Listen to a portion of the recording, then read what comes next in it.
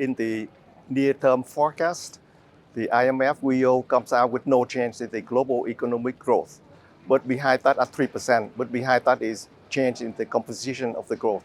Basically, upward revision for US to 2.1% and downward revision for China to 5%. My problem is that both of these forecasts may be vulnerable to further downgrading in the future because for the US, the IMF may have not fully taken into account the rise in interest rates starting in late summer until now, and the market turmoil and volatility in oil price spike following the Hamas attack in Israel in the past few days. So both of that can have an impact on growth downward. In China, looking further into the chapter of the VO and the Global Financial Stability Report, the fund is really concerned about the structural problem facing China, particularly also concerned about financial stability with debt becoming a big problem, causing losses and instability.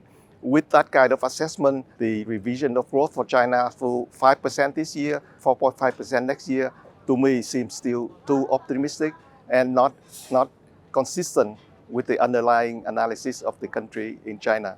And the second point is that medium-term growth outlook has been reduced to about 3% going forward compared to 3.6% before COVID. But the IMF is not clear in terms of how much they factor in the cost of economic fragmentation that they really did a lot of work on, showing that the global economy will suffer up to 7 percentage points of loss because of the geopolitical driven fragmentation of the economy. It should be clearer to explain how they translate that into the assessment of medium-term growth.